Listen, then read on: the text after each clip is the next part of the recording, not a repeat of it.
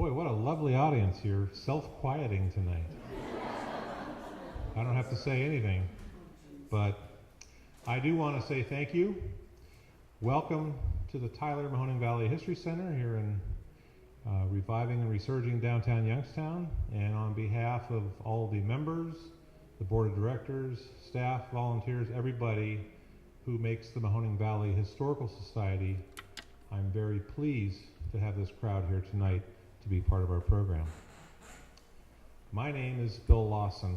I'm Executive Director of the Mahoning Valley Historical Society, and it's my honor to introduce this program tonight, and soon I'll be turning it over to our moderator. But before I do that, I just want to say a couple of things. For those of you who are new to the Tyler Mahoning Valley History Center, we're in the Thomas Ballroom here on the second floor. If you need to leave at any point, the elevator and the stairs are behind us there. If you need restroom, you can take the stairs down here to the first floor mezzanine. There's men's and women's there.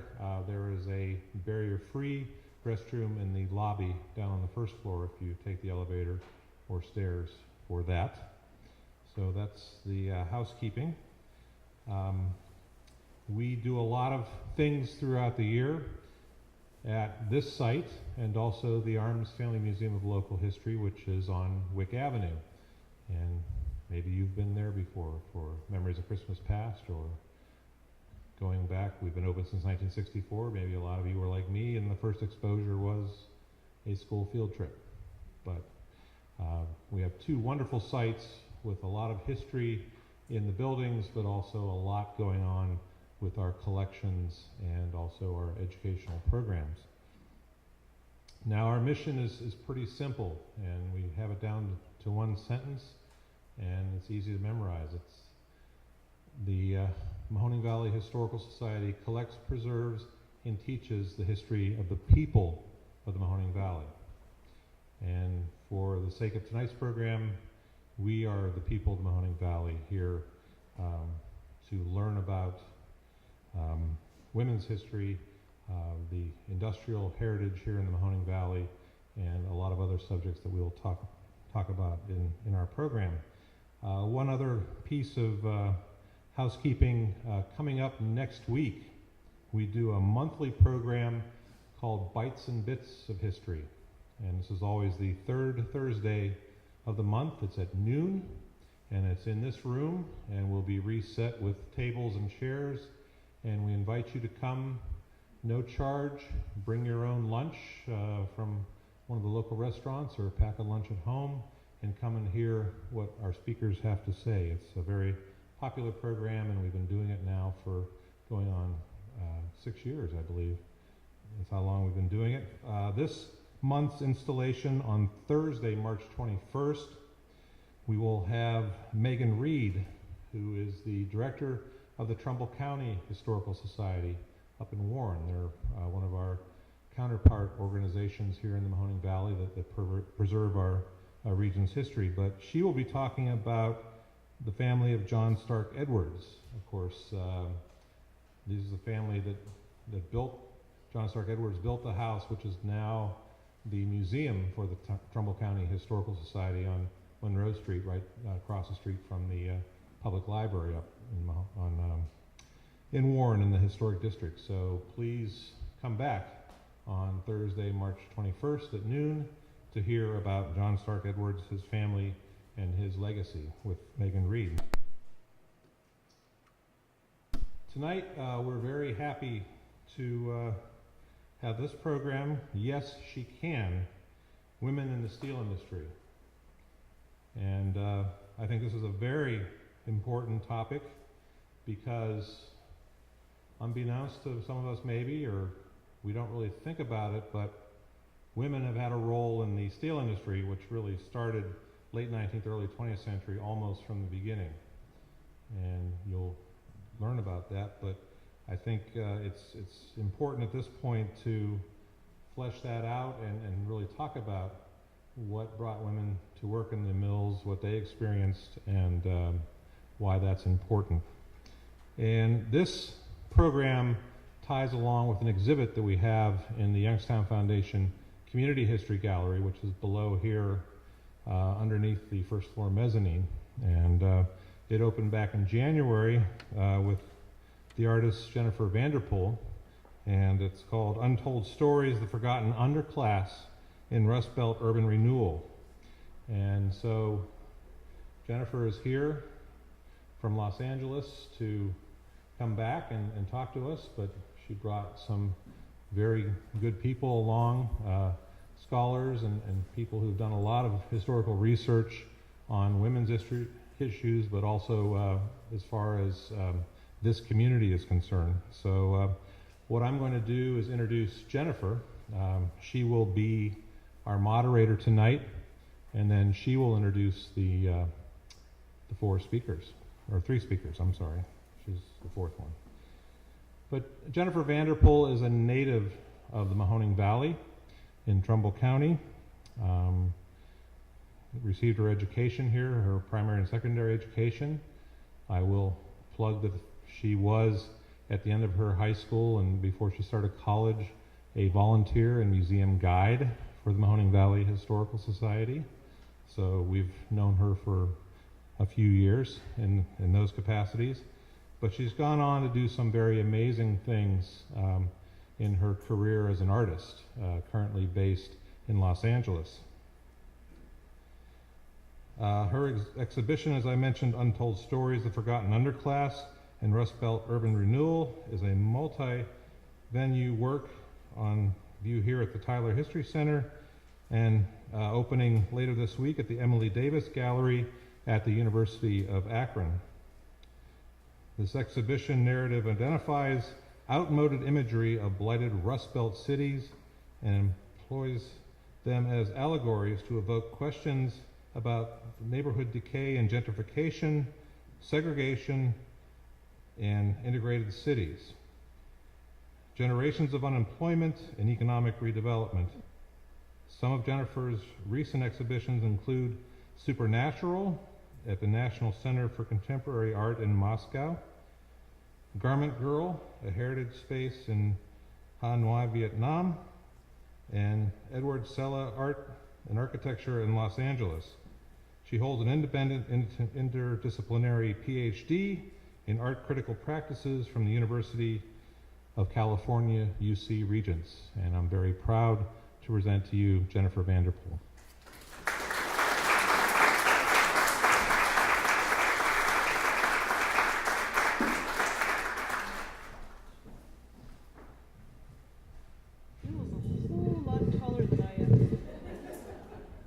How's that? Is that good? Thank you, Bill. And also, I'd like to introduce and thank Tracy Manning, who's the Curator of Education here at the Mahoning Valley Historical Society, who really coordinated all of this. So thank you, Tracy.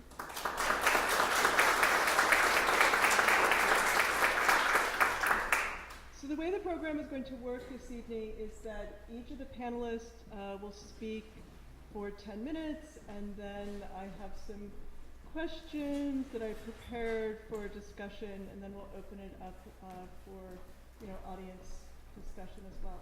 So I'm going to introduce the speakers in the order that they're speaking, and then we'll get to the good stuff here. So our first speaker is Mary Triece, and that's Mary on the end there. Mary Triece is a professor in the School of Communication at the University of Akron. She received her MA and PhD in Communication Studies from the University of Texas at Austin.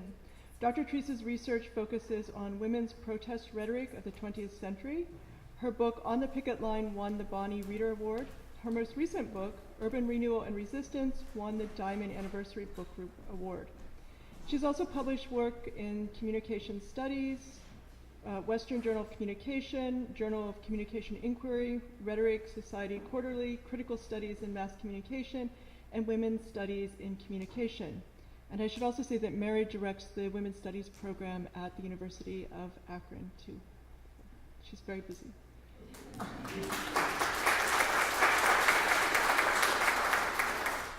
And our second speaker is Jacqueline Marino. Jacqueline is an associate professor of journalism at Kent State University. She has written for many local and national publications, including Cleveland Magazine, Belt Magazine, and the Washington Post. She is author of one book of narrative nonfiction titled White Coats, 3 Journeys Through an American Medical School, published by Kent State, and the co-editor of Car Bombs to Cookie Tables, the Youngstown anthology, published by Belt Publishing, which I think probably many of you are familiar with. Jackie in the center there.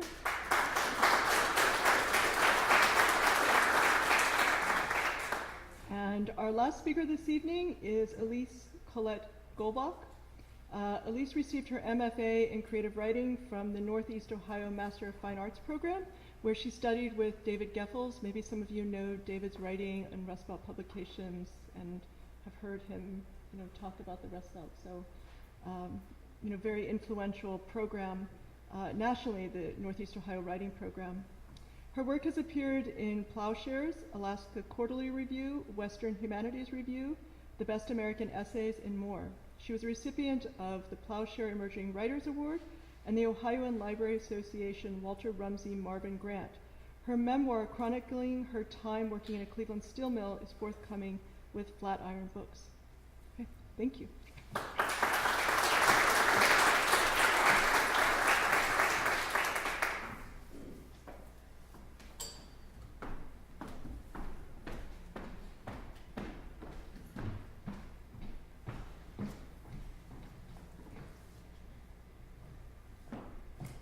Good evening.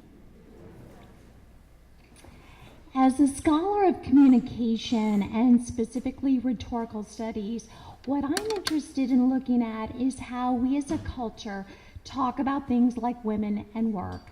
So in the research that I've done, I've looked at how, for instance, politicians and employers shape messages about women and work. I've also looked at the popular press, like magazines and newspapers, especially historically, for how they craft images of women and work. And then I've also looked at the messages that women themselves create about their own struggles in the workplace and their own fight for workplace dignity. So what I want to focus on today are the ways that women have justified their involvement in labor struggles, specifically in the early 1900s, because that's a time period I've looked at a lot in my research, and look at how they faced obstacles like sexist attitudes and workplace segregation that stipulated that they remain in the home rather than on picket lines. So what I'm going to talk about first, just briefly, are some of the obstacles that women have faced when they did work outside the home and when they participated in labor struggles. And then we'll talk about the remainder of the time, their stories of success. So as we know, historically, women have been barred from the workplace. The workplace was reserved for men, and popular images and narratives constructed the workplace as a masculine, sort of manly area, whereas women were associated with the home, with domesticity, with raising children, that kind of thing. And not only were women barred from the workplace, but they were also prohibited historically from speaking in public. Of course, we know that despite these obstacles, women did work outside the home by the millions and did speak in public. But culturally, the messages told us that workplaces, especially industries like steel and auto, were for men only, were manly. Additionally, as we know, women faced obstacles in the form of sexist attitudes on the part of employers who refused to hire women or who hired women at lower wages, and also on the part of fellow male workers, right, who didn't want to work alongside women or who barred women from union participation. Of course, this isn't all men, and certainly, thankfully, we see solidarity across gender lines historically, but women did face this, and women of color, of course, faced racism on top of sexist attitudes. So despite these obstacles that we know persist today, we know that there is that there's a wage gap, and we know that there are still sexist attitudes. Women, like we said, did step outside the home to work, and they did it by the millions, and women have always worked. It wasn't like women just stepped into the workforce, prior to World War I or II, but women always worked, and they were always active on the picket line. But when they did this, they put themselves in kind of a paradoxical position, right? Because work was quote-unquote manly, and public speaking was considered quote-unquote manly, and protest was also considered manly. So I'm interested in how women justified their position in factories. How did they craft themselves as laborers and as protesters? And that's what I want to talk a bit about now, are some of these successful stories that we could talk about all evening, but we will just talk briefly about a few. And specifically what I want to point out is that women leveraged traditional roles, but they did it for radical ends. And I want to talk about two things. Their rhetorical strategies, so, how did they talk about their roles, especially in their writings and in protests. And I want to talk about two rhetorical strategies they used. One was bread and roses, and you all might be familiar with the Bread and Roses strike of 1912. We'll talk about that. And then something called militant motherhood. And then the other thing that they did is they engaged in direct actions of many different kinds. But this evening, I'm just going to focus on their involvement in union auxiliaries. So first, a bit about Bread and Roses and what that is referencing. In 1912 in Lawrence, Massachusetts, there was a very extensive mill strike. It was a textile mill strike. Workers, millions of whom were women who worked in the textile mills, were responding to a cut in hours that also resulted in a cut in pay. And they were very angry about this, so they decided to walk out. It started in one mill, and then it spread to almost all the mills in Lawrence. So it put the town at a standstill as these women and then men joined them in walking out and then halting production. It was led in part by a labor organization called the Industrial Workers of the World, the IWW, also called the Wobblies, and in particular, one woman, Elizabeth Gurley Flynn. She was also called the Rebel Girl. What's notable about Flynn is that she was committed not only to worker rights, but to women's rights, and this proved really important specifically in this mill strike, because while a lot of labor organizers, especially men, were focused on primarily male workers and ignored women and women's concerns, Flynn recruited women by appealing to their concerns as wives and mothers, and also to their concerns as workers. So the Lawrence strike was called the strike for Bread and Roses. Bread and Roses, of course, signaling both women's desires for material security, right? So food, decent housing, fair wages, etc., but also the roses, right? That it also spoke to women's desires for a better life, for something more than just going to the mill and home again every day, for leisure time, for education, for a decent life for their children. So what women did here in the Bread and Roses strike was they applied their traditional roles as wives and mothers, but they did it in a community context. So they were extending this idea of motherhood and of being a wife beyond the confines of their own home. They established cooperative living arrangements during the strike. They shared childcare. And this did something really important, which was it allowed a female space, a space where they felt safe and comfortable, sharing grievances, sharing information about the strike, keeping each other sort of on board with the strike. But then they also stepped outside these traditional roles as wives and mothers. They boycotted unsympathetic stores. They were militant, so they, for instance, taunted scabs who were going to replace the striking workers. They poured scalding water on the heads of their neighbors who were scabbing. They stood on the picket line. They faced arrest like their male comrades. The other rhetorical strategy we see a lot in women's writings and in their protests is this idea of militant motherhood. Militant motherhood suggests that the characteristics that we associate with mothering, like nurturance, but also sort of this idea of protection and almost like a militant, like fierce protection of one's children, that those two characteristics are also really important for organizing. So a really good organizer nurtures their followers, but is also kind of fierce and militant. So that's this idea of militant motherhood. Militant motherhood. So it relies on this traditional trope or image, if you will, of motherhood, but for non-traditional ends like protesting, picketing, halting production, etc. And we see this in two figures. You might have heard of Mary Harris' Mother Jones. She's pretty well known. But there's also a lesser-known mother, Eliese Mother Bloor. She was very active in the Communist Party USA during the 1930s.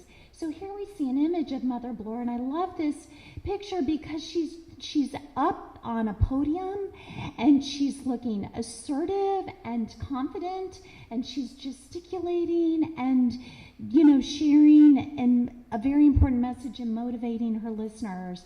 And in her writing, she crafts home and community as places for creating class consciousness. So it's not just about sort of mothering one's immediate family, but really about extending that to one's community.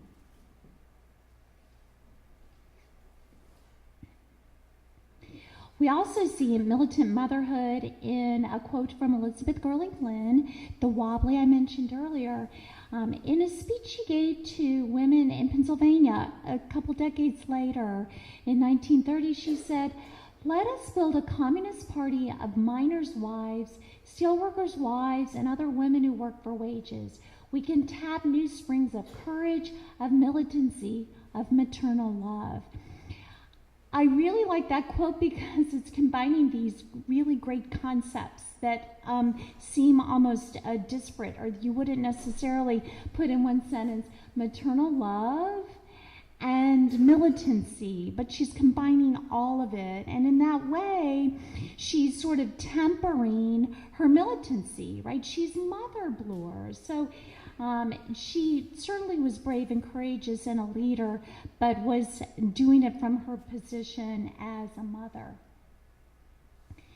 The next thing I want to talk about is how women engaged directly through what we would call direct actions. And I'm just going to focus on one way that women did this, and it was through women's auxiliaries.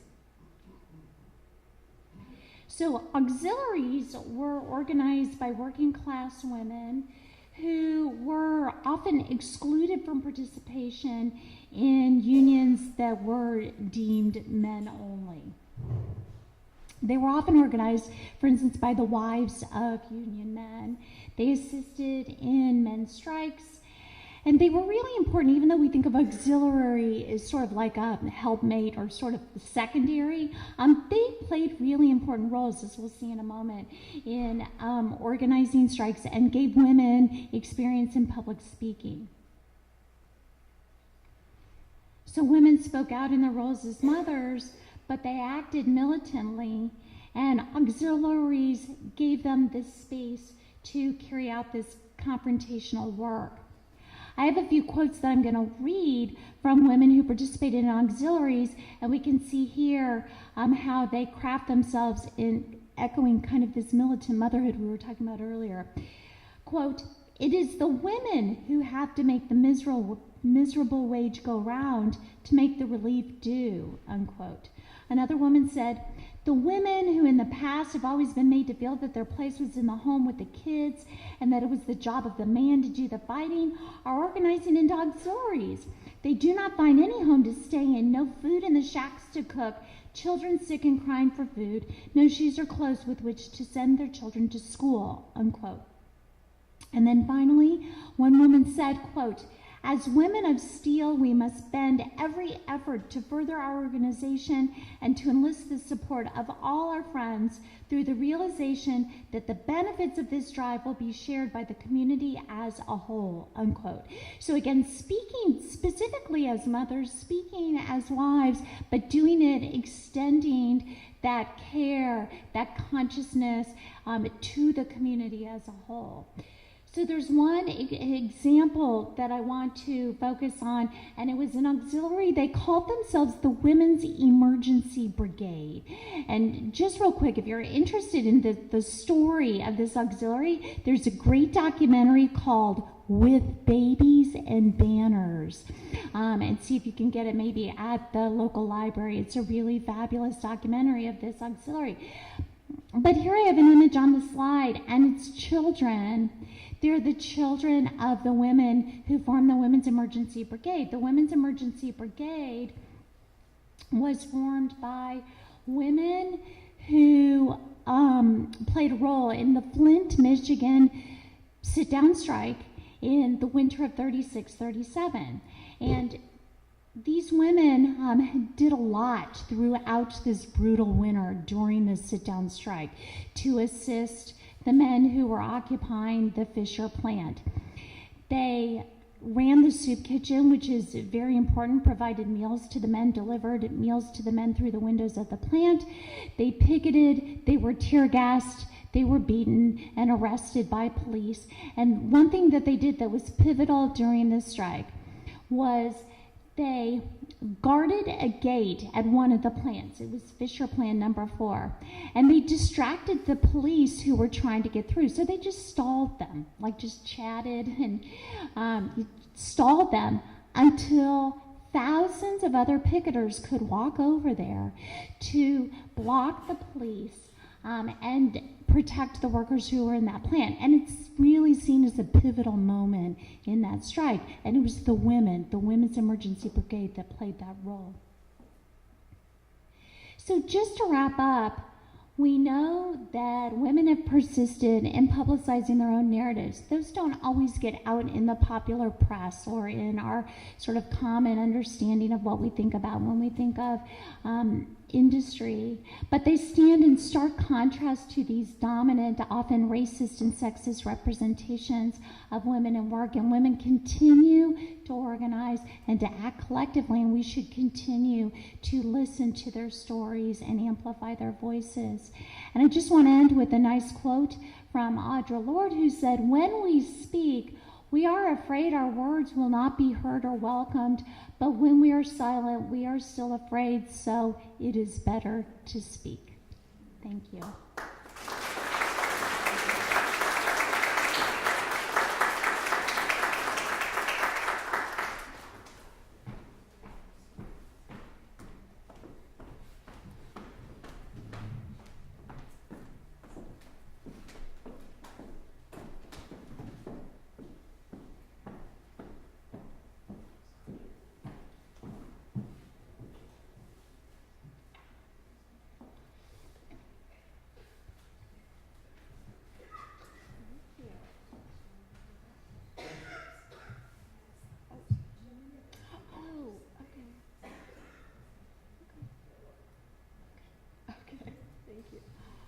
Hi, everybody.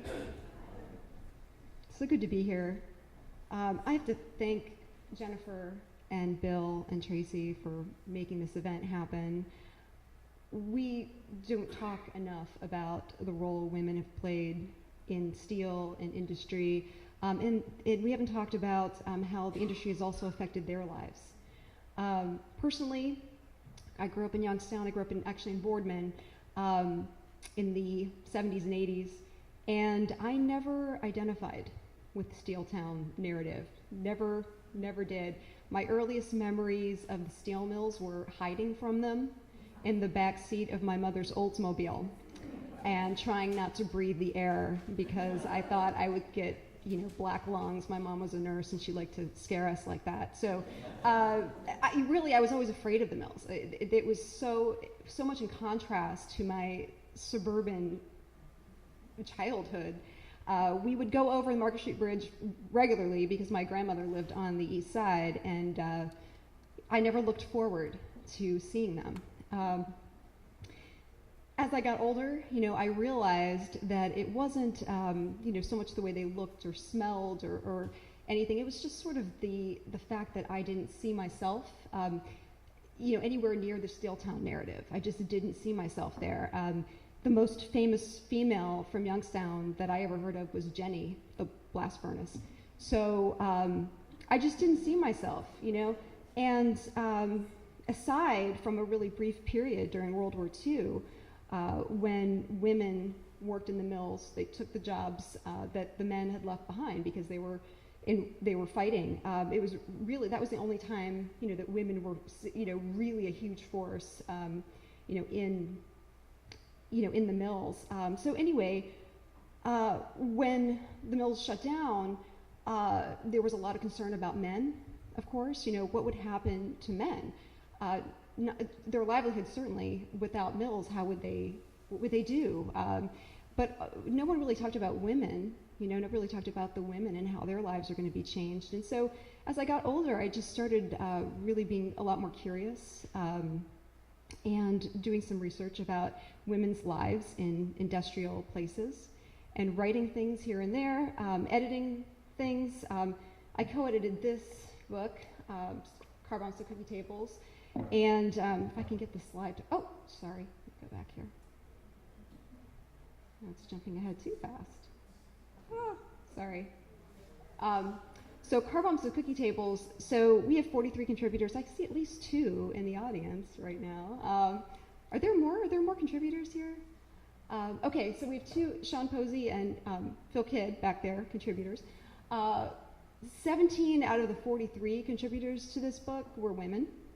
And it was really interesting because, you think, and I know I am partially to blame for this, Car Bombs to Cookie Tables, that's like a very, grabs your attention. I will tell you there's way more cookie table type material in this book than car bombs or steel. There are steel, there's a lot of industrial, overtones and stuff, but it's interesting. I went back through and I looked at the 17 pieces that women wrote or photographed. Some of them were photographers and poets, but they wrote about grandparents a lot of grandparents in this book, a lot of music and things that people don't always associate with industrial places, community, baseball, women's baseball. It's just, there's just so much, in this book. And this picture right here is a tree at Fellows Riverside Gardens that Whitney Tressel photographed. Whitney Tressel is a photographer from here, from Boardman, who has photographed for all kinds of magazines, Rolling Stone, and she teaches National Geographic. She's really this phenomenal photographer, and she gave us photographs. Anyway, there's just so much interesting, about women's lives and the things that we've seen as we've grown up and carried out our lives in this place that was that became a steel town and is marked by so many things from the industry. And like I said, for about the past 25 years or so, I've been writing about Youngstown, about the way people live in Youngstown, especially women. I have to quote a historian right now, and I know the historians in this audience. You will know Will Durant. There's a quote that I really like of his. He says, "Civilization is a stream with banks. The stream is sometimes filled with blood from people killing, stealing, shouting, and doing things historians usually record. While on the banks, unnoticed, people build homes, make love, raise children, sing songs, write poetry, and even whittle statues. The story of civilization is the story of what happens on the banks. Historians are pessimists because they ignore the banks of the river." Our people that wrote for this, they wrote about the banks, and there's a lot of optimism, I'm in the process of writing about more of what happened on the banks. I still have stories about my family I haven't yet written. My grandmother was a Rosie the Riveter. This is this is from the Vindicator from the 40s, when there were a lot of women that worked in the mills. The Vindicator called them the welderettes. My grandmother never called herself a welderette. But it was interesting. She went from being a sweater girl at Strauss's and hosting dances, you know, for men that were, you know, going off to war, to working as a welder with the mask, building landing dock pieces or something. I mean, like, she was doing, she was just like this woman over here. You know, this is actually one part of women's experiences in steel that have been pretty well recorded. I've been spending some time at the archives, at the Steel Museum, and listening to some of the oral histories. If anybody's interested in this, there's some wonderful oral histories of women who actually worked as welderettes, as you know, that worked in the mills in the 40s, and it's really interesting listening. Elma Beatty was one of these women, and she was a mill worker from 1941 to 1945, and she talked a lot in there about, you know, her dual role of being a mother, you know, having to take care of the house, having to do, you know, all the things that women had to do, but also working in the mills, just like men. And they got paid less for doing the same work. They had a lot of difficult things happen to them. There was one woman that she knows got killed. She got crushed working there. You know, those are accidents that happen. They happen to women just like they happen to men, but women were getting paid less. Men were often not helping them or making things hard for them. There was this one quote, the guys played a lot of jokes on these women. They'd be covered in paint. We had all kinds of problems. They took pity on a lot of women, though, so the jokes were over. I mean, to where they got hurt. That's a direct quote. So she doesn't say that, like, what happened, what kind of jokes made women get hurt, that what kind of they played, but I mean, you know, things were not easy. Things were not easy for them, and it's funny, you know, seeing these pictures now of women in the newspapers that makes everything looks like, well, you know, it was wonderful. They were really happy there. You know, it was really hard work. It was really difficult, and listening to these oral histories, really fascinating. Women, as Mary was saying, women were very active, you know, when there were strikes. And, you know, the Little Steel Strike in 1937, women were on the picket lines. They were getting hurt. They were, you know, they were having definitely conflicts. The generation before that, oops, sorry, I'm not ready for that yet. Generation before that, when there were strikes in 1919, those were not very effective because a lot of the women were trying to get their husbands to go back to work, but there were some that were also fighting too. And there's this great little anecdote of women that I read where they were actually bringing mustard and pepper and like throwing mustard and pepper on the ground, you know, in front of the guards, you know, trying to get, you know, and they would get, you know, in trouble and they would be run off and arrested and things. They were doing whatever they could. So anyway, I really do think that there's so much about women's history in steel, I mean, in and around mills, that really we haven't talked about that much. There's so much sacrifice that women have gone through. I think of one story that my grandmother told about her mother, and this was in 1921. It was after the steel strike. There was a lot of men that weren't getting a lot of work at that time in the mills, and her mother was pregnant with her sister, and she was putting clothes through a hand wringer, and she went into labor. This was at night, and her husband was going to work the next day. She hid her labor from him the entire night, and in the morning didn't tell him that she was about ready to give birth. He went to work. She gave birth by herself in the room because she did not want him to miss a day of work, and gave the baby to my grandmother. Remembers being 6 years old, holding her little baby sister, wearing a flour sack for a diaper. You know, she remembers. I mean, my grandmother just went through so much detail about that. And of course, my great-grandfather, when he came home, he was so distraught. He was so upset. Anyway, these are the kinds of things that people did because they had to work and because they happened to be here. And there's just a lot of sacrifice. There are a lot of stories like that. And it was just so wonderful to be, part of this project where people got to tell, some of their personal stories that, have been passed down from generation to generation. I kind of want to end on just one thing. This is a photograph. It's not really a good photograph right now because it's so blown up. But this is a photograph from Margaret Bork White. I don't know how many of you guys are familiar with her work, but this is a role that women have had in the steel industry that I certainly didn't know until I started doing some research on photography and learned about how her pictures at the time, she took these pictures in the 20s. This was a picture from a steel mill in Cleveland.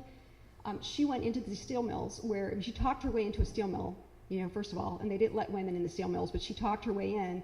The camera equipment was such that it was very difficult to capture the process of making steel. She figured it out. And not only did she figure it out, but she used her sort of artistic lens on it. She romanticized it. The whole romantic image of steel from that time, a lot of it can be traced back to these photographs. These photographs were picked up, of course, by Fortune magazine, and they became very, very, very popular. So anyway, that's just a little side note of women and some other ways that maybe you hadn't heard of that they influenced the steel industry. I would love to, if any of you have any experiences in the mills. I know one person already came up and said she's worked in the mill before. I would love to talk to you afterwards, so stick around. Thank you.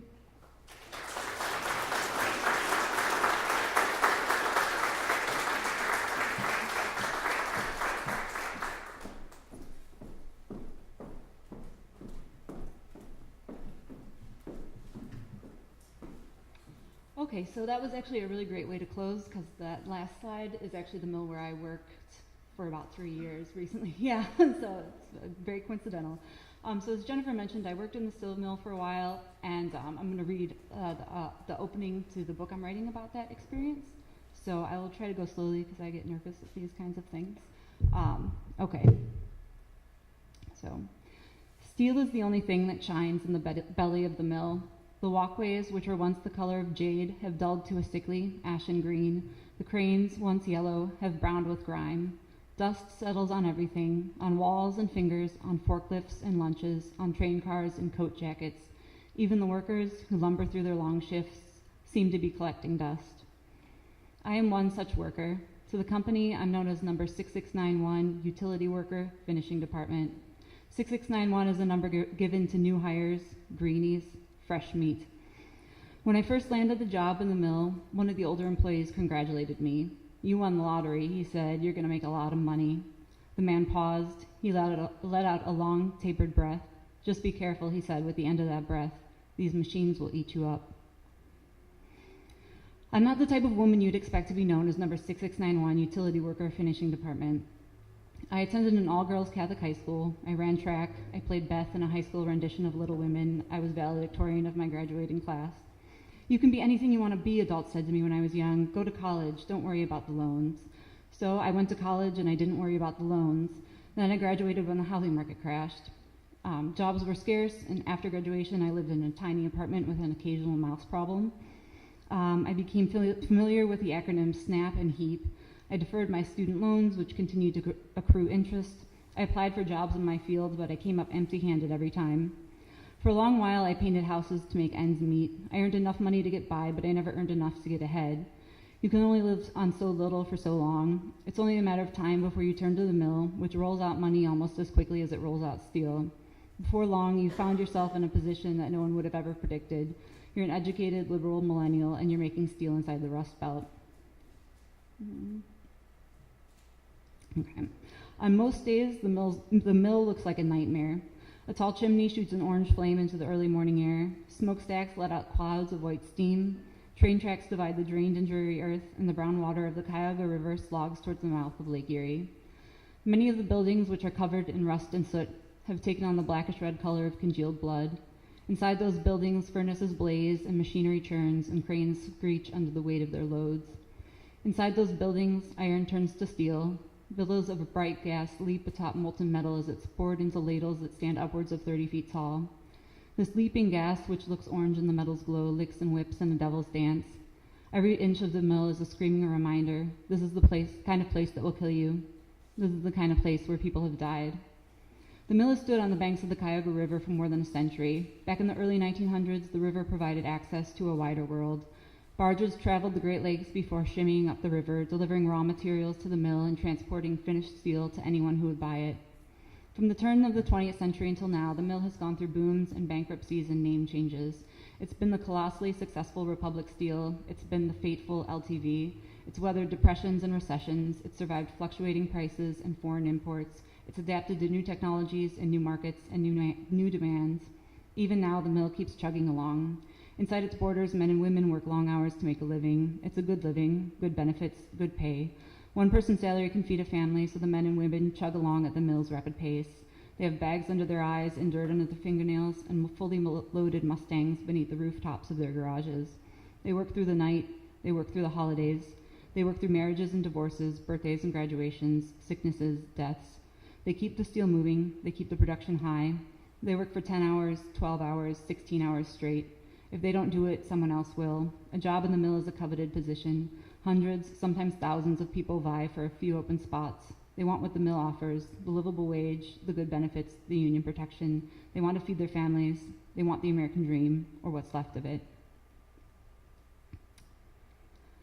When you grow up in Cleveland, Ohio, you grow up wanting to leave. In high school, I often talked with my friends about our plans of future escape. We would travel far and wide to give ourselves culture. We would attend colleges in legitimate cities like San Francisco or Boston. We would build our lives somewhere, anywhere but here.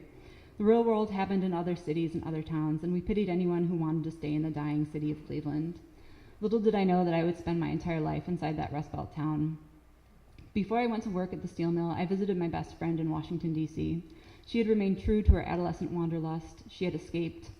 We sat down with two of her friends, both of whom were lawyers on the fast track. We all drank expensive whiskey, and the lawyers seemed curious about my Cleveland heritage. So, one of the lawyers said, "What does Cleveland produce?" "What do you mean?" I said. "You know, Maine's got lobsters, Hawaii's got coffee, Virginia's got peanuts. What about Cleveland? What comes out of Cleveland?" The man's question reeked of sarcasm. It was less of a question and more of a challenge. I dare you to find something important that comes out of Cleveland, Ohio. I sipped my whiskey and thought for a moment, and I didn't know what to say. What did Cleveland produce? What made us important? I couldn't think of anything, so I did what Clevelanders do best. I made a joke. "What comes out of Cleveland?" I said. "Failure." The joke got a good laugh, and I laughed too. "It's too bad that you got stuck in such a dead-end city," the lawyer said.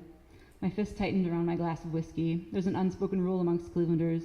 Those who have been born and bred in the city can joke about its blunders, but outsiders had better keep their mouths shut. "Listen," I said, "you don't know shit about Cleveland."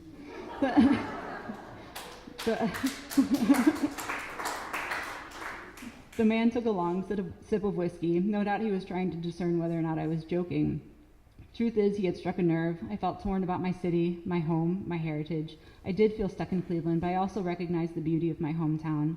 It's a city nicknamed the Mistake on a Lake, and its underdog spirit is marked by perseverance. Its people have a unique breed of gritty optimism in the face of dire odds. The two lawyers silently stared at me over half-empty glasses of whiskey. My sudden fervor had created an awkward lull in this conversation, and I needed to save face. I flashed a big Midwestern smile. "My point is," I said in a much more jovial tone, "you don't know shit about Cleveland." On one of my first afternoons in the mill, an old-timer told me a story about a woman he had known. Like me, the woman was a utility worker in the finishing department. Like me, she probably felt grateful for her job in the mill. One day, this woman set her gloves on a steel table near a conveyor belt. It wasn't anything out of the ordinary. Everyone set their gloves on that same table. The conveyor belt chugged along, loaded with giant cylinders of steel. Each cylinder weighed 20 or 30 tons. It was an incredible amount of metal. On that particular day, the steel on the conveyor belt had been heavily coated in oil. The steel was particularly slick, and the conveyor belt tended to shudder when it moved. Just as the woman reached for her gloves, one of the cylinders slipped from the conveyor belt and pinned her body against the steel table. "Imagine it," the old-timer said, "the weight of that steel. It just split her in half." I didn't know what to say. I imagined my own body being crushed. "The woman was still alive after it happened," the old-timer said. "That was the worst part. She was still alive." "Get it off me," she kept saying, "get it off me, get it off me." I looked down at my dirty hands. The grit of the mill seemed to bore its way into the creases on your palms. It got right down into your skin. When they finally got that steel off of her, the old-timer said she died instantly.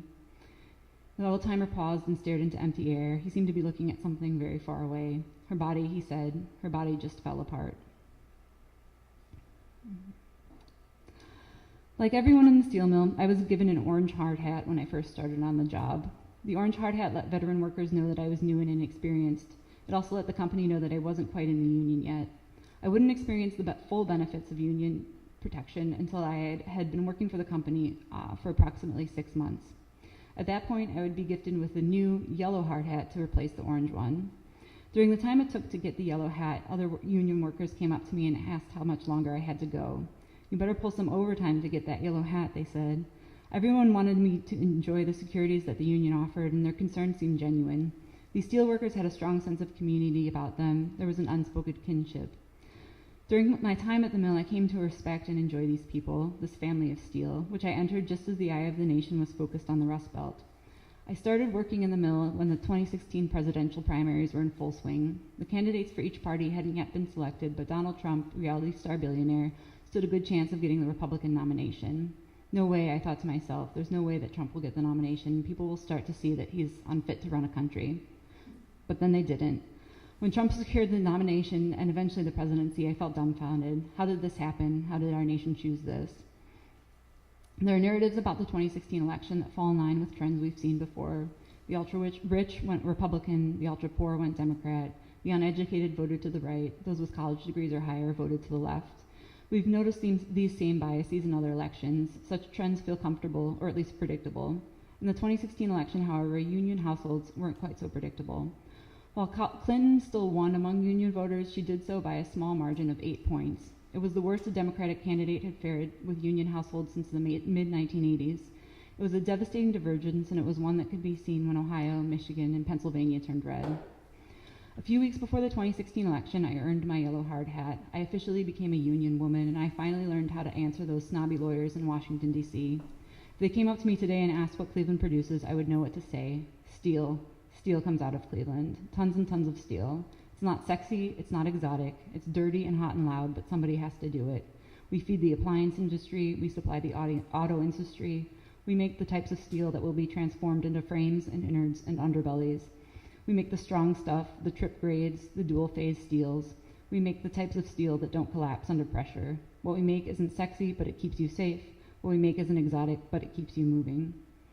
When I earned my yellow hard hat, I became part of a family of people who had been making steel in our country for generations. I was also part of a family who helped propel a reality star billionaire into the presidency. I didn't vote for Trump in the election, but I also fell into a slew of other demographics. I was college-educated, a millennial woman, but I was also now a steel worker. These people had become my people. Our country felt severed, as if crushed by a great weight, and I was straddling some invisible divide. Thank you.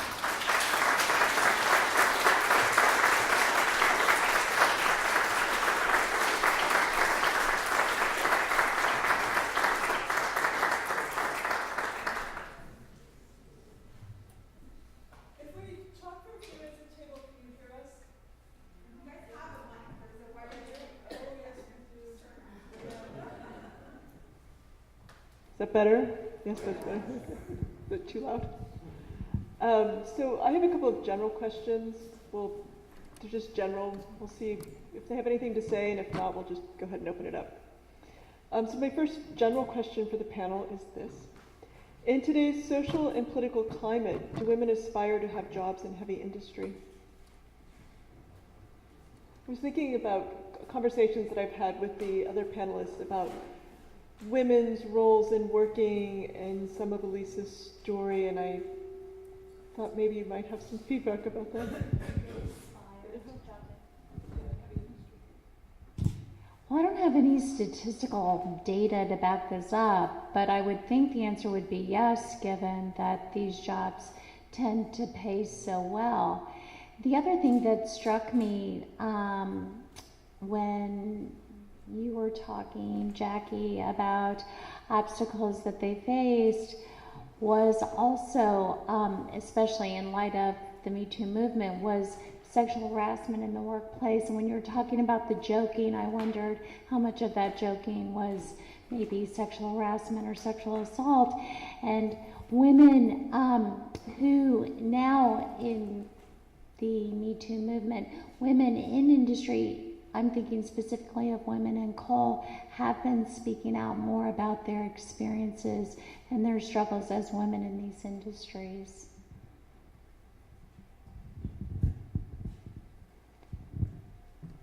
I can give you just like an observation. Is I think that all of the women I know are absolutely excited to be in the steel industry, but I think that it's still very male dominated, and you know, women are still the minority in the industry so far. I have a follow-up question for Eliese. Could you talk about the women that you worked with in the mill, and was there mentorship, and who were your women colleagues? Yeah, no, there were kind of the mill right now. The demographics of it are a little odd. There's a lot of like old timers, and then a lot of like millennials, and there's not a lot of in between. So I knew kind of a lot of women who had started in the mills in like probably the 80s, late 70s, early 80s, and all of those women were very, very good mentors, and they were very also. You could tell that they were tough enough, and at the times when they were working in the mill, to kind of ward off anything. I think that you had to be really tough back then. So like nobody messed with those ladies. They knew better than that. But no, I think that I got a lot of good advice from one woman who was very, very maternal in her role, and just kind of telling me to work safe and do things, you know, and kind of watch out for people, because people do take advantage of you in the mill, whether you're men or women. If they see someone working hard, sometimes they'll try and voice the work onto you, just like any industry. So yeah, and then there were a lot of like other women. Like I was good friends with a single mother who was probably about 25, and so like, you know, this was kind of like, you know, she bought a house and was able to buy a car, you know, and it was just, you know, she was able to provide for her and her child very well. Yeah.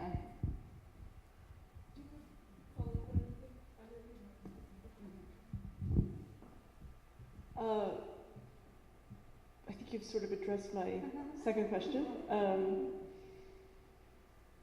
So my next question is about unions, and maybe this is more of a general question, or maybe Eliese can be our person here. And Bill and I were discussing this before the panel started, and I realized how little I understood the unions, and I'm not sure that it's something that's really well known of how becoming a union member actually happens. So my question, and then maybe we'll let Bill in on the discussion here, is what role do unions play in today's mills and related heavy industry? And so do we understand how union membership happens, or should we have Bill explain that to us a little bit? I think we need, yes, we're getting our heads nodding here. Would you like to jump in here, Bill? I told him that this was likely going to happen, so. Well, I think Eliese really pointed out the process in heavy industry, that the company does the hiring, and if it's a union shop, then there are rules in terms of how new employees come in, how long their probationary period is, when do they receive full benefits, etc. And that's really been in place for 80 years, since United Steelworkers and United Auto Workers and other heavy industrial unions took hold and became industry-wide. So the company really controls that process, though everything is negotiated within the contracts between the unions and the industries. I was comparing for Jennifer how that's different from trade unions, which are still very strong in this area, where new employees come up through apprenticeship programs in the trades, and then they become part of the pool that the local contractors will delve into to fill their workforce needs on a daily, weekly basis, and the rules are much different there in terms of how you get in. Sometimes it has something to do with who you know, but that was the contrast that I was making, and does that explain it in the most basic sense? Okay, thanks. Thanks, Bill. Okay, so my question was, what role do unions play in today's mills and related heavy industry? Somebody have a thought on that? I can't really speak to that specifically, except to say that there have been recent decades of union busting that I'm sure we're all familiar with. So I think that, you know, for people in the union and who want to keep the union strong, we have to remember that at larger institutional levels, at the political level, there are efforts to weaken unions, to ship jobs overseas where there's less of regulation and less of an organized labor force. Well, I know I can talk a little bit about that. I mean, the union is still very instrumental in keeping the benefits that we enjoy. When I first started in the mill, the union was negotiating a new contract, and it took about 10 months.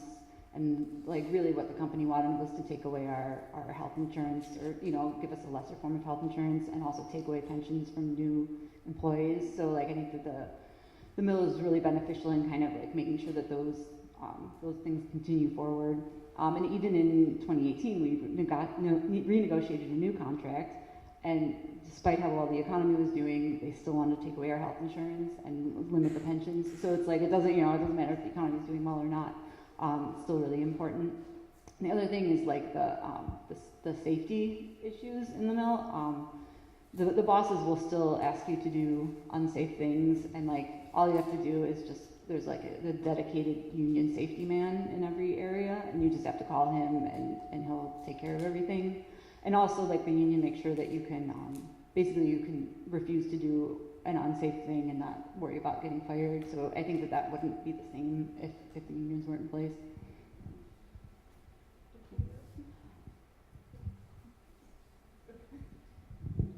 So I think that my last question we've already at least started to address, but maybe presenting it in a slightly different way. We'll have some other comments. So historically, unions facilitated or helped to facilitate safe work environments, pay equity, and invested in the communities where their members lived. Are unions making these same impacts today? I think you started to answer that, but maybe there's more to say to that. I would say yes, I think they are, and we see that there are dedicated efforts to organize workers in previously unorganized areas, like, for instance, domestic workers and hotel workers, etc. And the obstacles facing organizers are there, like we said earlier, in attempts to bust unions and make it harder, especially at the state level, like we've seen in the state of Wisconsin and so forth. But I think that they're still integral to ensuring that, you know, like Eliese said, that we have basic safety on the job and that we have health benefits and a pension and so forth. I think that we need to continue to look beyond this country and beyond traditional industries and make sure that we're organizing especially vulnerable workers, undocumented workers, domestic workers, and that kind of thing, to ensure that everybody has a safe workplace. Well, I can say, like, I mean, as far as the community benefit, I know that the union still also organizes a kind of like community service days and things like that. And I know I went to the first Women's March with a bunch of other women from various steel mills in the, you know, kind of northeastern Ohio, or northeastern United States. And also the other thing that the union is actually instrumental in that you wouldn't think about is sometimes if people get sick in the mill or you know, have to be off work, the company will kind of try and give people a middle finger and not let them come back to work very easily. And so the union can be like instrumental in making sure that people kind of can get back to their jobs when they're well enough, and so like all of those kind of little things that really make it a better working environment. And I guess I have something to add to that, and part of what I was thinking about with this question is that I am a member of the United Auto Workers, and when I was telling my parents, who were sitting in the second row here, they were sort of, what are you talking about? As a graduate student at the University of California, the graduate students and the non-tenured faculty, we are part of the United Auto Workers, and they negotiate our pay and our insurance and how many hours we're supposed to work and what our responsibilities are, which I think is kind of an interesting, role for the United Auto Workers. And the other thing that I will share, and this is very, very much in process, is that the visual artists in Los Angeles, we are in the process of unionizing because we are so financially overshadowed by the film and television industry, who are required to be paid at all levels, and we are not. And there's a tremendous amount of exploitation that happens there. So speaking of unionizing, non-heavy industry workers, but that's still very much in process. So do any of you have questions that you'd like to ask for the panel? Anybody panelists before I open it up? Okay, so I think we're going to open it up to the audience. Shall I take the mic around?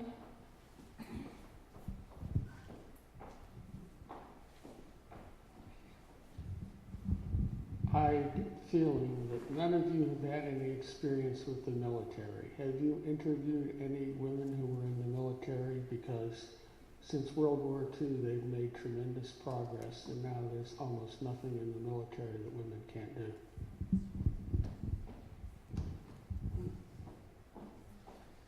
Anybody want to comment on that?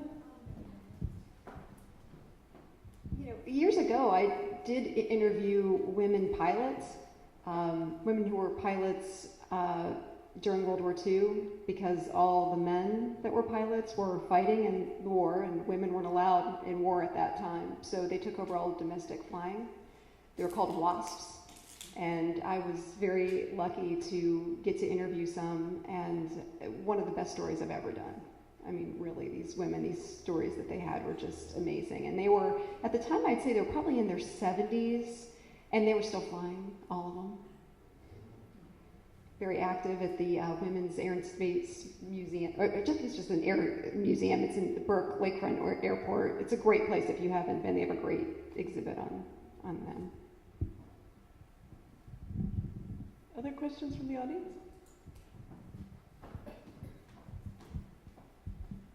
I wasn't aware of Mother Bloor, is that what her name was? I thought that was interesting, but maybe a question for you, and it's come up again recently just because people are talking about socialism again, is that, especially overseas, but here in the United States too, the women were far more active in the Communist Party's activities than they were in any American-based union.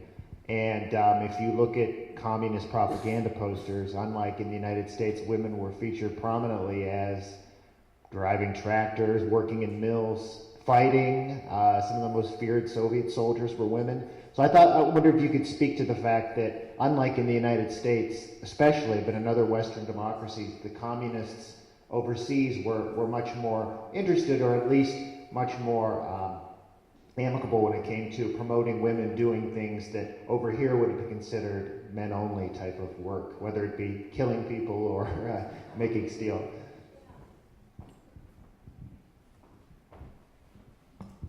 That's a really great point. So the Communist Party, especially the Communist Party USA, which I can speak to the best, had a really, I would say, fraught relationship with what was called the woman question, right?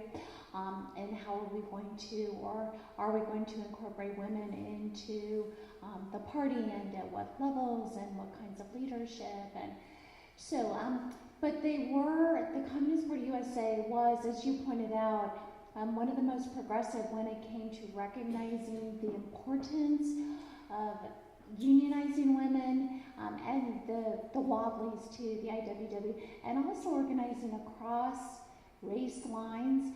So we know this was Jim Crow, that segregation was part of the fabric of the country. And the Wobblies and also the Communist Party USA, they were one of the few that recognized the importance, like I said, of incorporating women into the movement and into leadership positions. But it wasn't seamless, you know, it was fraught. There were still men in the party, and of course still socialist men who were not in favor of their women participating in party politics or in the union. But that imagery and those posters are pretty cool and pretty amazing to look at and to think about and to deconstruct.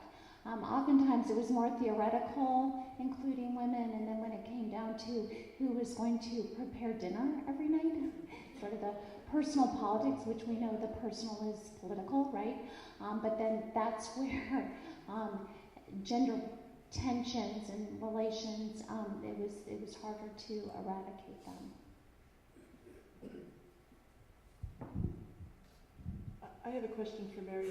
So could you talk a little bit about the Communist Party USA? Because we hear this term in socialism today, and maybe what it is you actually mean by the Communist Party USA.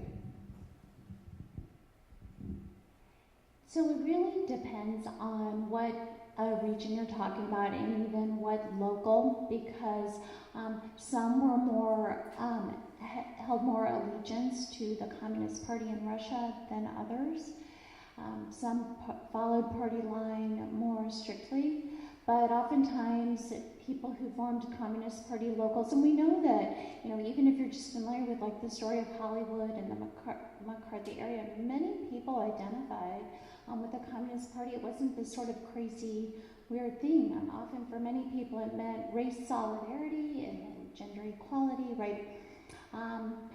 But like I said, it really differed from local level to local level, but especially during the Depression, which is the time period that I look at the Communist Party USA, it was the Communist Party that was reaching out across lines of race and gender to organize people, was forming unemployment councils, was advocating for assistance for people who were really struggling during that time period. So to answer your question, it really varied, just like sort of what stripe you are when it comes to socialism also varies in the degree to which you align with sort of traditional party politics, just depended. Other questions?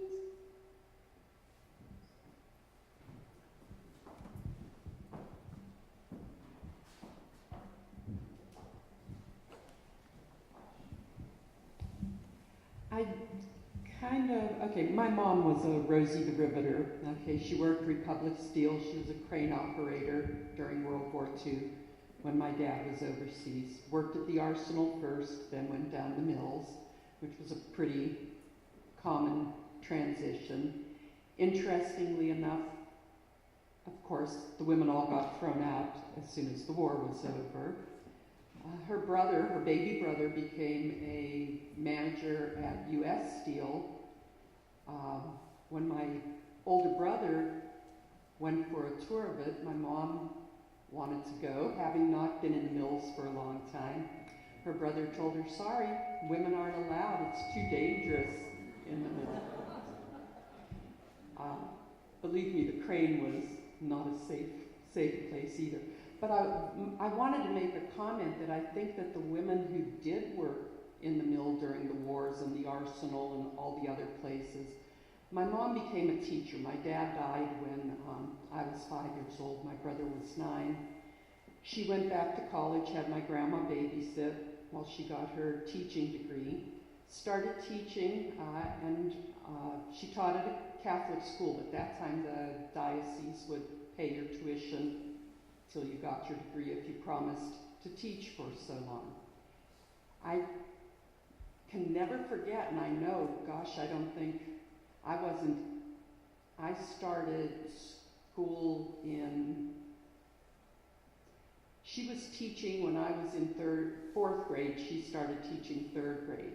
One of the strongest things I remember was, of course, there was no union. This was, like I said, it was a parochial school. Raise was offered to the teachers. She taught 3rd grade. It was offered to the male teachers. The women weren't offered the raise because, of course, they were just doing this for the fun or for extra pocket money. And I think one of the reasons my mom was able to do what she did was because of her experience working in the mills. She went to the superintendent's office and she said, there's women not here working for the fun of it. They're working because they have families to support. And she always said it was her experiences in the mills. She was also very proud that when she was in the mills, the men never swore around her. That's probably not true anymore. Thank you. Another question?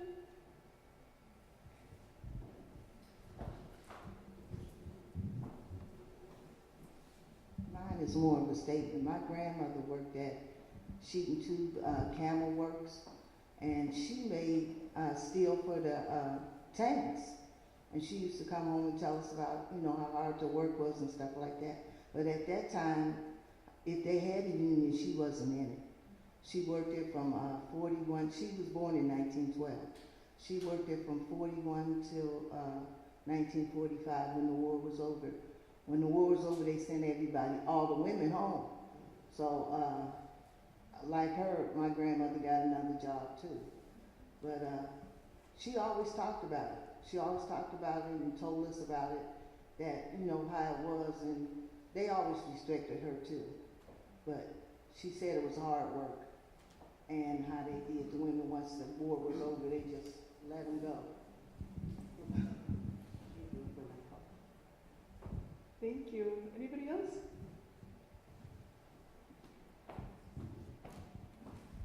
Do you still work in the mill? No, not right now, no. Are you laid off?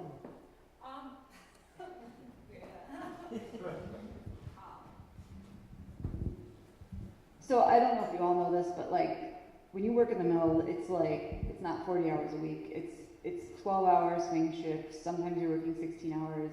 Sometimes you don't work 40 hours a week. You work between like 50 and 90 a week. So it is like a crazy schedule. And I actually have bipolar disorder, which is like made horribly worse by this.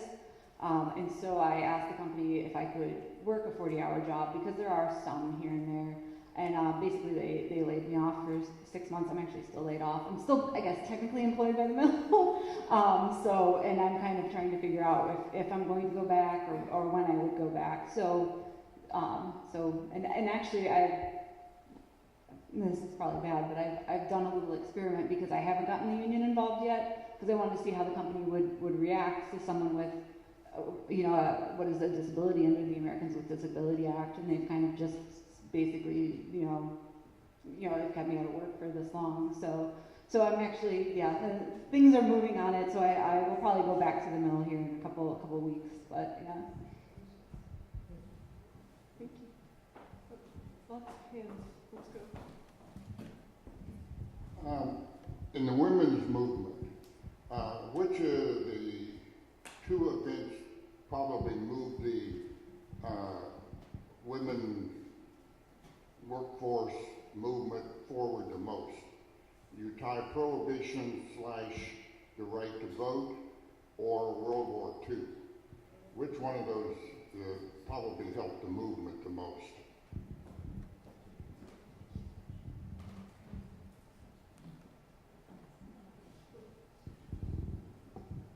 Well, I would go back before World War II to 1909.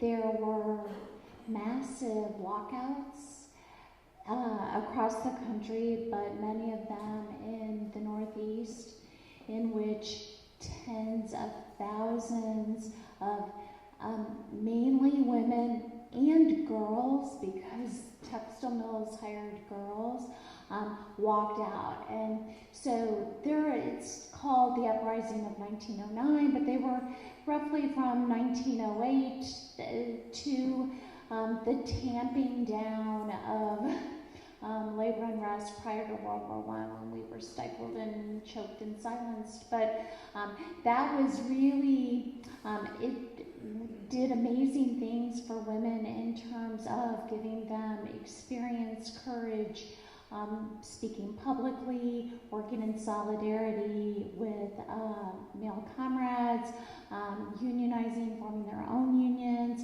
Girls who worked in the textile mills in the Northeast had their own union, and this was even in the 1800s. So I would actually say prior to World War II, during that time, especially in the early 1900s, when there was such a growth in industrialism and women and girls were entering factories in lower paid positions and paid a lot less than men, but nonetheless entering factories by the tens of thousands.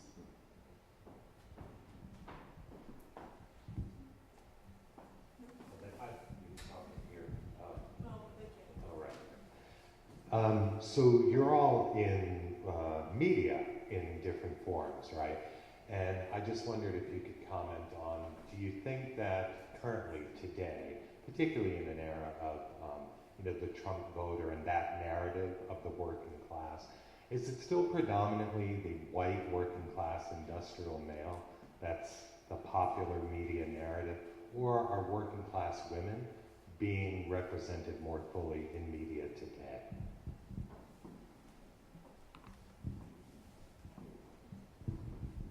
I think that was a mistake for a very long time to focus on that white male working class narrative. I think the working class is very diverse, and there are a lot of issues and a lot of ways of looking at work and looking at the world. And media, I mean, we talk about the media, there's so much media now. I teach it, and I teach a business of publishing class, and I'm constantly, revising every semester how I talk about media, and I caution very much. I caution people talking about it as a conglomerate. There's just so much media, but I feel like there are more diverse voices in news than there ever has been, and just because there's so many more voices that are getting out to audiences that want to hear them. And so I think, and we really, I mean, from a journalism professor, I can tell you, I mean, we really stress talking to people who don't look like you, who don't come from your background, who you don't have anything, you think you have nothing in common. From very, freshman year, we're making sure students are out there and they're finding people not like them and thinking about that always. So I think it's definitely better, and I think it's going to get better than it is now.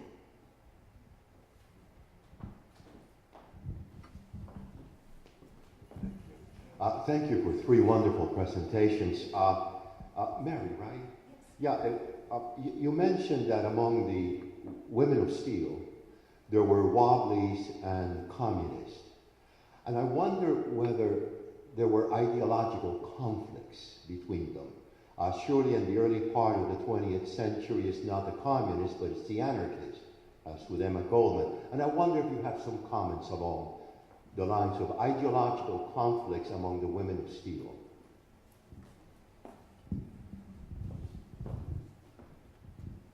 That's a really great question. I don't quite feel able to address it specifically, except that you're absolutely right.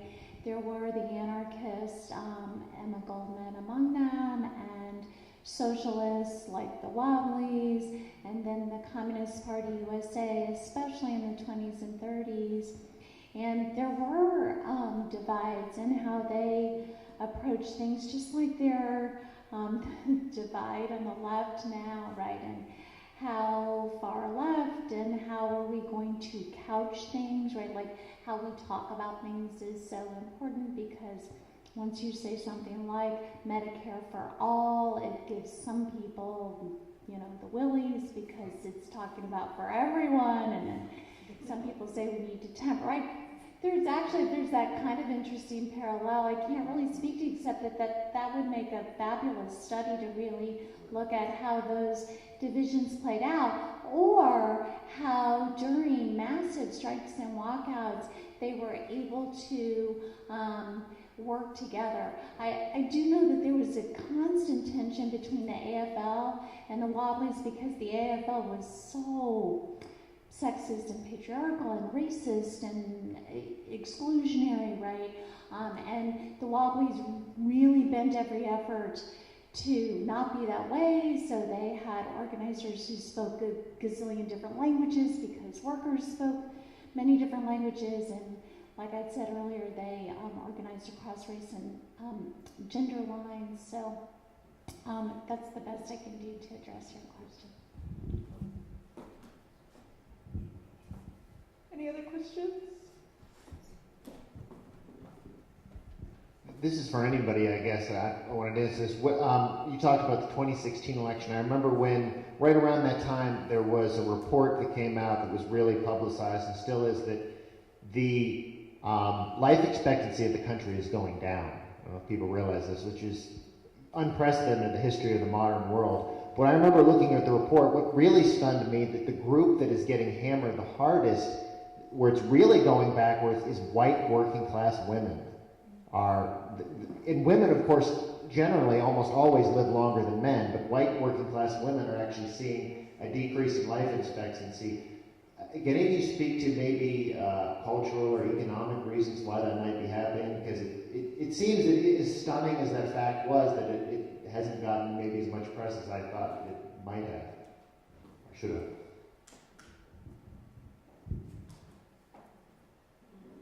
Any takers on this question? No, me. No, Bill? Stress, yeah. Non-traditional jobs. Well, the gig economy. The gig economy.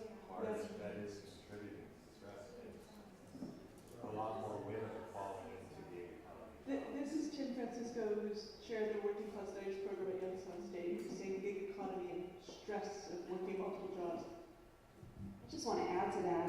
I saw a statistic that by 2020, okay, next year, about 50% of jobs will be contract. It's precarious, right? It's lack of stability. And then precarity and lack of stability. I'm sorry. Yeah, so there's that, and then just how much more expensive are things like milk and bread and chicken? I mean, like, you know, so I'm saying, like, things that people need, like, every day, you know? And then there's, you know, opioids, and there's disparities in healthcare, and, I mean, all of those things hit people that are working class harder than people that have a nest egg or have extended family they can go to, and I think all of those things.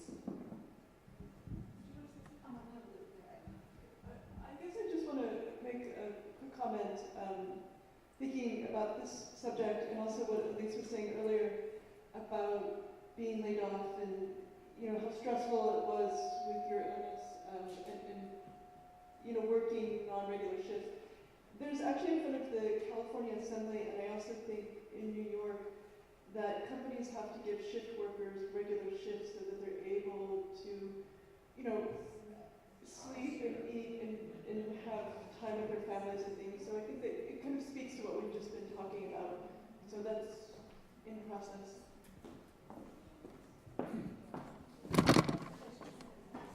Yeah, I guess I kind of like to address this question to Sean and also to sort of everybody here.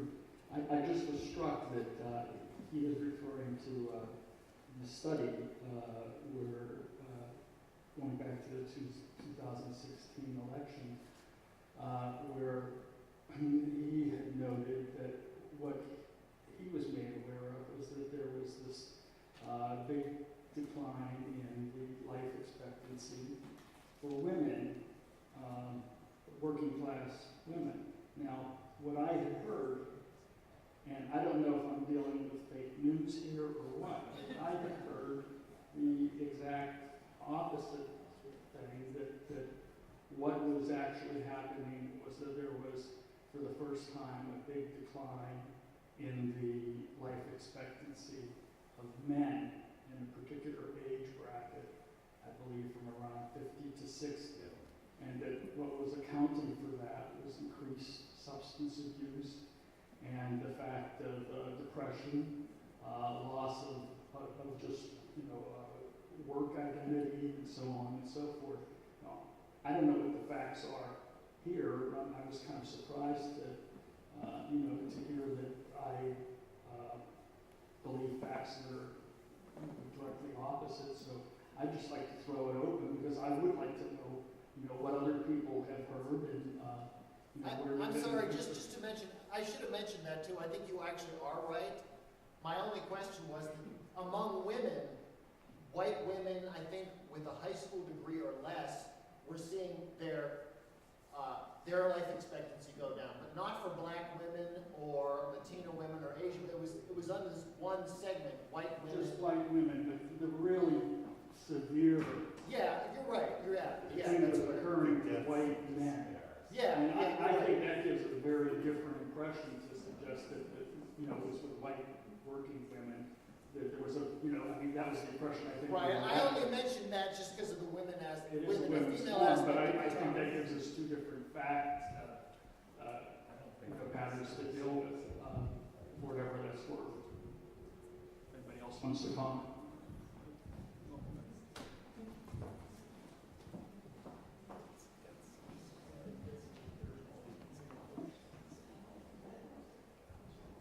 Does the panel want to follow up with anything?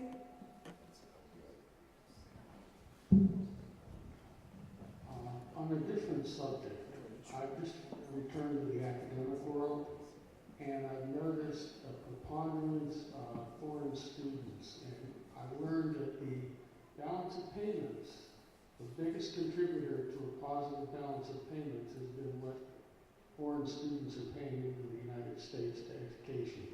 And I noticed that predominantly I'm seeing foreign women. And they're also in the engineering schools and in the scientific areas. Have you looked into any of this? Because it's becoming a global economy, and we're not competing with just the people down the street. We're competing with the people all over the world. Okay, any final comments? Sure.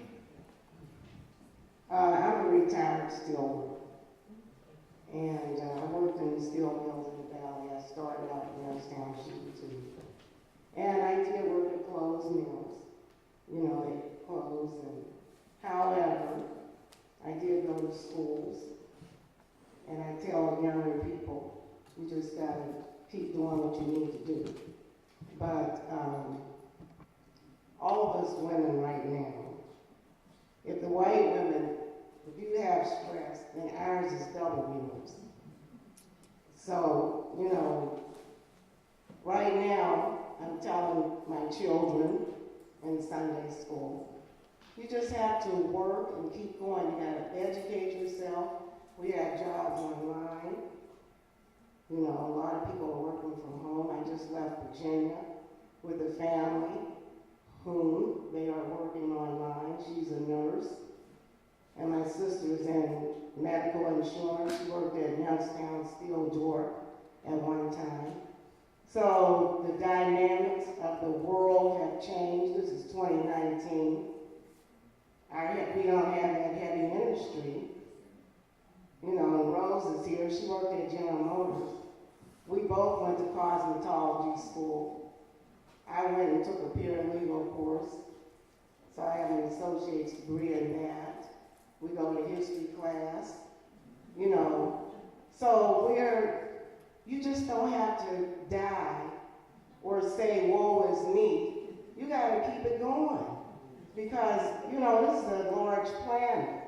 And I tell my kids, if you can't make it in this country, well, study and try another one, Look at that, look around. Yeah, look around. I just don't want to get stuck here.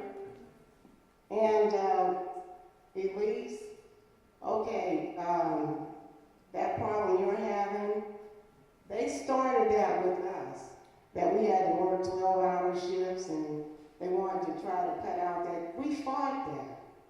We didn't have to do it. And I see you've been in the mill since 2016. Yeah, we had heard. I'm still with Vice President of SOAR, the Steelworkers Organization for Active Retirees. So we would still help you address some of that. And a delegate for AFL-CIO, the Central Labor Council. So a lot of us are still busy in this labor movement. But I guarantee you, you must get yourselves educated, learn how to read and learn your math, and you're going to have a job in this world. Thank you.